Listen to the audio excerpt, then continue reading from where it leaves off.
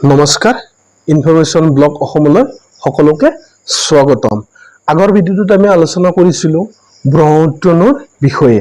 আজি আমি আলোচনা কৰিব বিচাৰিছোঁ ব্ৰহ্মপুত্ৰ নৈৰ ওপৰত অসমত কেইখন দলং আছে, কোন চনত ব্ৰহ্মপুত্ৰ নৈৰ অসমত প্ৰথমে দলং স্থাপন কৰা হৈছিল বা নিৰ্মাণ কৰা হৈছিল, অসমত মুঠ কেইখন দলং আছে ব্ৰহ্মপুত্ৰ নৈৰ ওপৰত, কোন ঠাইত, এই গোটেইবোৰ আজি এই ভিডিঅ'টোত আলোচনা কৰিম।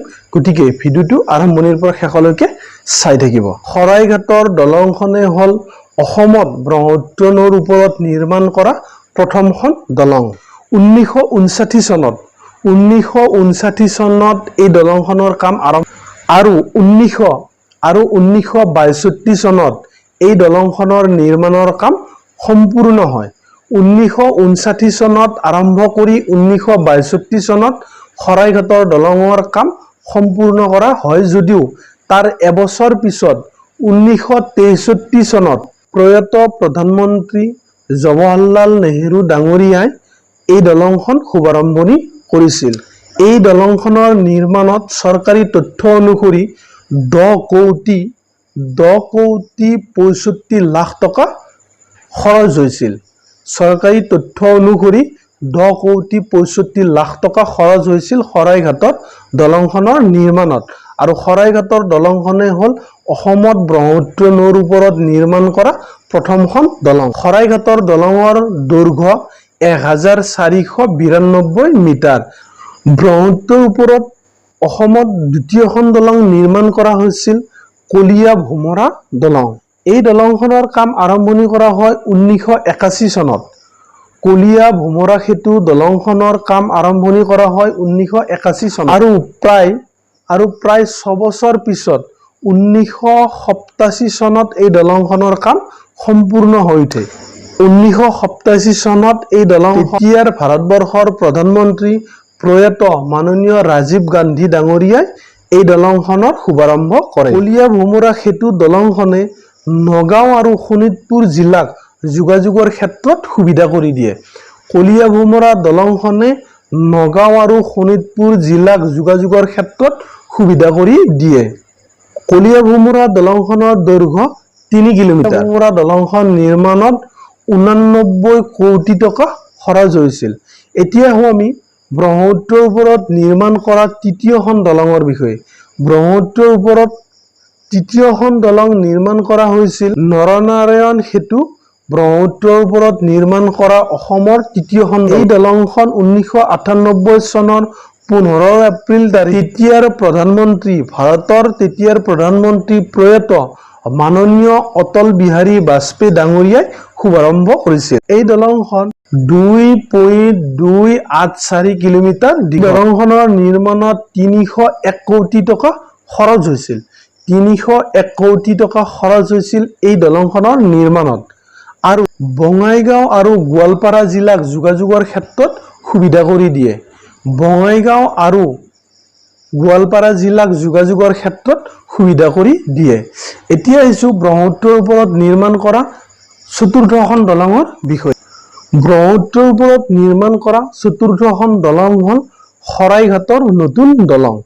আমাৰ পুৰণা শৰাইঘাটৰ কাষত যিখন দলং নিৰ্মাণ কৰা হৈছে সেইখন হ'ল ব্ৰহ্মপুত্ৰৰ ওপৰত নিৰ্মাণ কৰা চতুৰ্থখন দলং, শৰাইঘাটৰ নতুন দলং। শৰাইঘাটৰ দ্বিতীয়খন দলং অৰ্থাৎ অসমৰ ব্ৰহ্মপুত্ৰৰ ওপৰত নিৰ্মাণ কৰা চতুৰ্থখন দলং হ'ল শৰাইঘাটৰ নতুন দলং।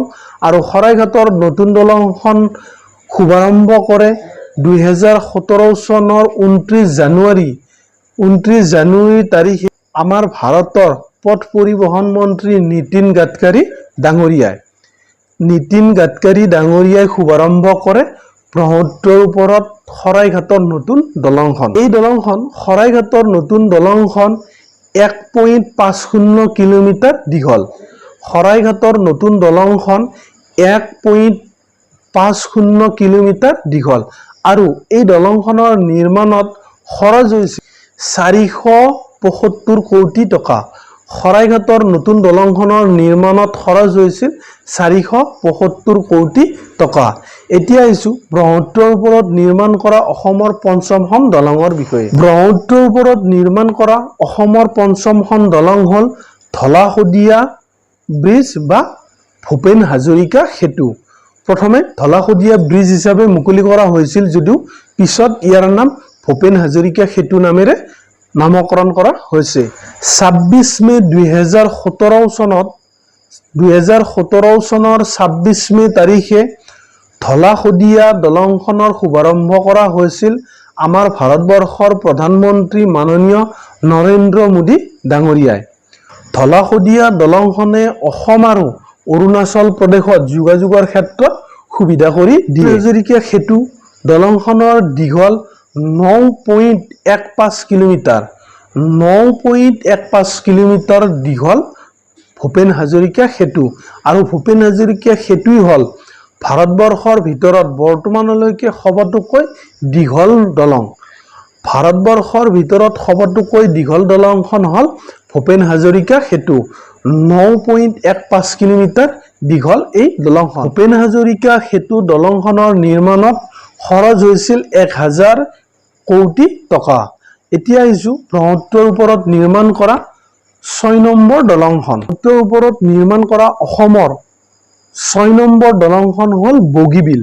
বগীবিল দলং 2018 চনৰ 25 ডিচেম্বৰ তাৰিখে আমাৰ ভাৰতৰ প্ৰধানমন্ত্ৰী মাননীয় নৰেন্দ্ৰ মোদী ডাঙৰীয়াই শুভাৰম্ভ কৰে বগীবিল দলংখন।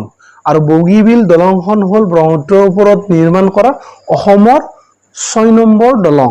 বগীবিল দলংখনে ধেমাজি আৰু ডিব্ৰুগড় জিলাক যোগাযোগৰ ক্ষেত্ৰত সহায় কৰে। বগীবিল দলংখনে ধেমাজি আৰু ডিব্ৰুগড় জিলাক যোগাযোগৰ ক্ষেত্ৰত সুবিধা কৰি দিয়ে। আৰু এই দলংখনৰ দীঘল প্ৰায় 4.94 কিলোমিটাৰ। বগীবিল দলংখনৰ নিৰ্মাণত খৰচ হৈছিল 5900 কোটি টকা। গতিকে ভিডিঅ'টো কেনে পালে কমেণ্ট কৰি জনাব। আকৌ এটা নতুন ভিডিঅ'ৰ সৈতে আপোনালোক সকলোকে লগ পাম। তেতিয়ালৈকে নমস্কাৰ।